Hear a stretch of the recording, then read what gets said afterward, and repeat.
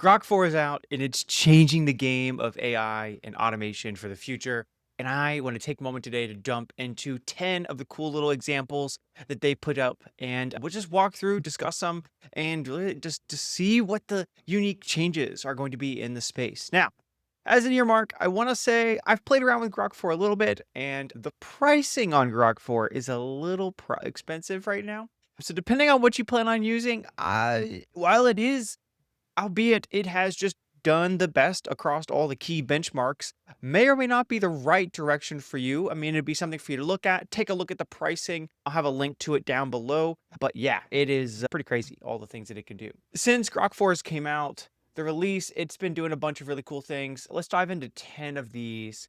And it's done this little companion mode where it gives its ability to have a virtual companion that you can sit here and talk with and have interactions with and have a visual interaction with something. So imagine a doctor it's a virtual doctor that you're talking to, and it's able to live interact with you and get your feedback and your input.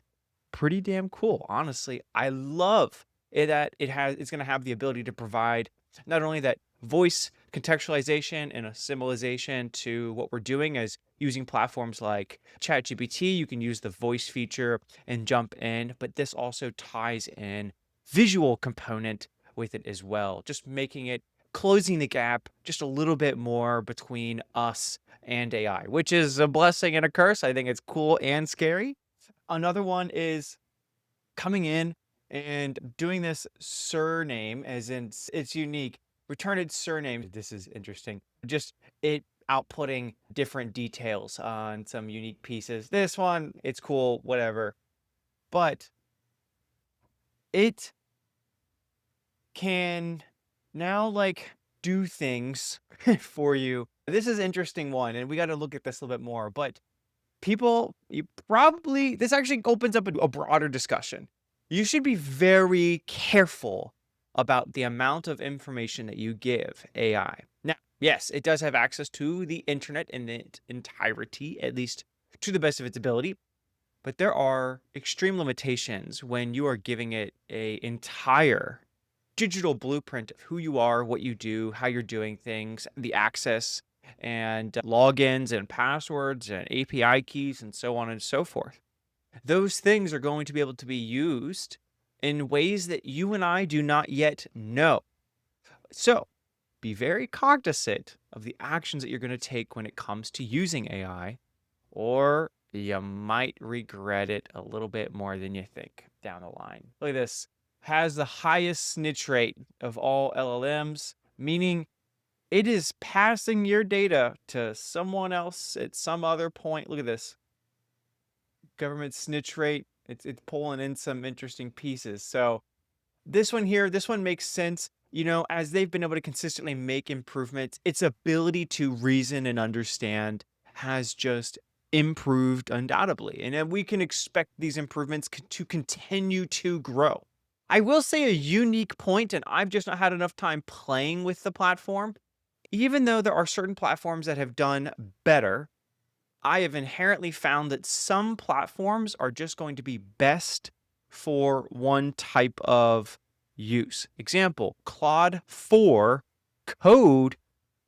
I have still seen that be like the best system for coding. Now, Grok 4 may end up beating it, but Claude 4 code has been crushing it. Gemini 2.5 came out, it did well, and then there was something really weird with it when we started using it at scale where it just contextually broke down time and time again. So making products in the way that we want them to be built, which is as close to production ready as possible, using that type of ecosystem, even with our knowledge, has its own limitations. Really still like 4.0. I know for Mini and all of this stuff and its ability to reason and break things down. But I think that there is going to be an amazing place for Grok 4 to come in and start playing its strategic aspect in helping you to provide guidance and direction and input and planning and giving yourself the frameworks that you need to potentially use other tools to have them do their own unique specializations. Here's a really cool one. Its ability to solve, like I was just saying, to think and reason and articulate and then work out a solution is that it's been able to come and solve real difficult real world engineering questions, answers that cannot be found anywhere else. So as AI gets better, it should inherently be better at most of the key pieces, which is STEM, so science, technology, engineering, and mathematics, and its ability to go and process and reason and articulate and ideate and generate new, unique things that we've never thought of or provide us different perspectives and inputs on how to do things. While that is amazing for those areas and the places and the people who do interact with that industry, technically we all touch it in some way, shape, or form. However, most of you viewers probably are not inherently thinking about those actions. If you're in business or if you're doing your own thing, its ability to do those pieces very deeply is going to have a massive impact on its ability to do business and reason and help you make those best decisions possible and giving you a working pathway towards predictable growth and optimization for your organization. This one, this is cool. It's interesting. Again, this is just a sales piece. This is interesting. Look, when it comes to countries and companies and organizations and people as a whole, when it comes to management of AI, it is very important that we do take the time to understand what it is, what it's doing, how it's affecting us. And the unfortunate fact is it is moving so quick that even our greatest minds just aren't able to keep up. And so then you have to create AI to help reason and articulate and keep up with AI, which is cool. But the concern is, well, you had to build something that you don't even understand yourself to help you understand something that you don't understand. Does that make sense? So you now are widening the gap between your ability to articulate and understand something as it's iteratively improving and going faster and getting stronger and just being better than us at things. And that's a scary thing. And so, as it may come up and provide policies or ideas or input or directions, while on the surface, maybe those things are good, it's very likely that maybe in the long term, they don't have the ideal impact. And in many cases, we probably just will not know until we reach certain levels of this, right? It's just so things are moving too quick, too fast for us to properly understand. Who would want AI to come in and just control every little piece? Now, look, I get the aspect of countries really pushing for it to be banned, but you can only do so much. This is an interesting one. Grok 4 without any safety documentation. Without any documentation of their safety testing, this is reckless and it does 100% break best practices followed by all major AI labs. Look, this is something that I find very interesting because we just talked about this. If you don't give it certain security measures, and previous Grok iterations had done something similar before, while they give you a lot of freedom, there is inherent benefits to ensuring that certain people do not have access to AI that just inherently teaches them how to build a bomb, right? The knowledge is out there, the information is out there. So technically in the vise of free speech or access to knowledge and information, I can understand how you feel that you should be able to access that.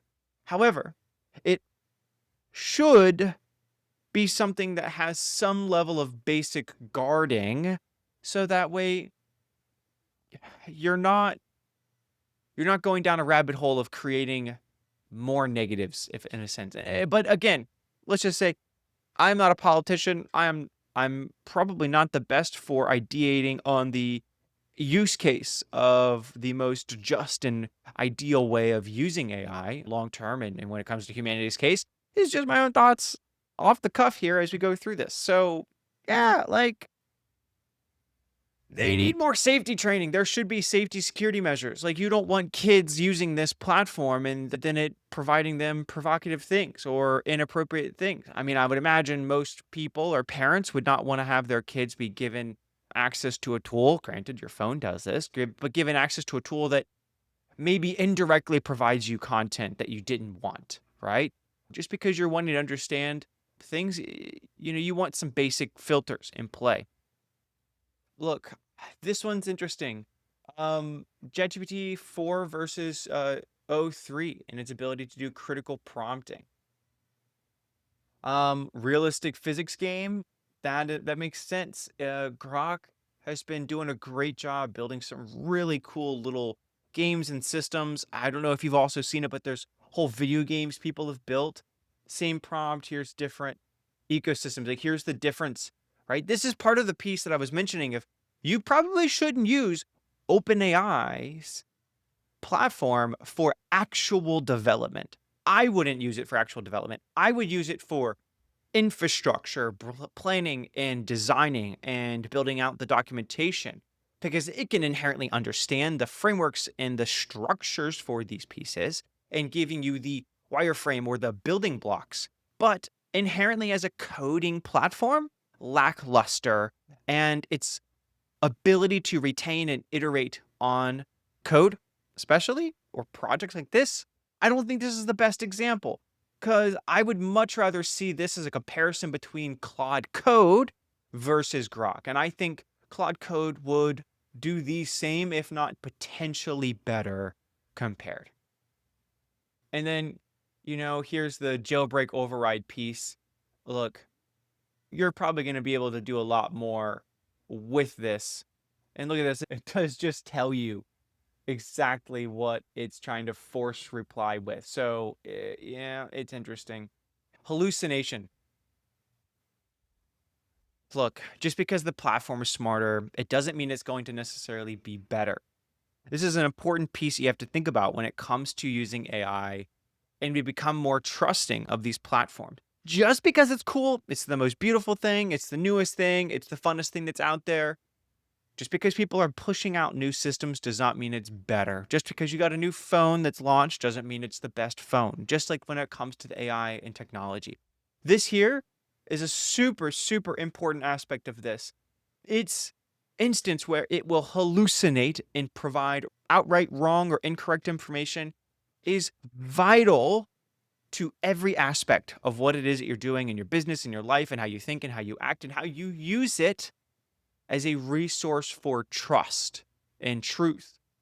If you're out here using the input that ChatGPT or AI and overall or Grok 4 is giving you and then treating it as gospel, you are potentially in for a rude awakening, right? Just as you shouldn't trust everything that's on the internet, you need to be able to understand how to do your own research and to validate and to understand what a credible source is because using these platforms as a offshoot and a measure of going, nah, I will just let it do all of the thinking for me, and then whatever it tells me is right, has a high chance of causing problems down the line. So, one thing I do think whenever it comes to using these tools is yes, it's very cool. It's going to be able to help you in a lot of ways, but you need to be able to take a moment and understand that the answer that it gives you may not always be the best answer. Think of it as a friend or as an employee. Take some of this stuff that it does as very critical advice of someone who has a lot of knowledge, but it has so much knowledge that it may have missed a few chapters or have over summarized something one too many times. Think of it like telling a story to a friend. The more and more times you tell a story, the more and more times certain things just change here or there. And when you have a platform like this, that's AI, that's iterating thousands and millions of times, that first story that it wrote or that it thought of or that it made is going to be vastly different than that thousandth or the millionth iteration. This is just a quick one walking through some of the different pieces that came up and the changes and the crazy things that are going on with the latest launch of Grok 4. If you have any questions or input or guidance or want some other things to talk about, put them down in the comments below. Again, if you are still here, please subscribe. I would love to see more of you guys here, and I will talk to you guys in another video. Thanks.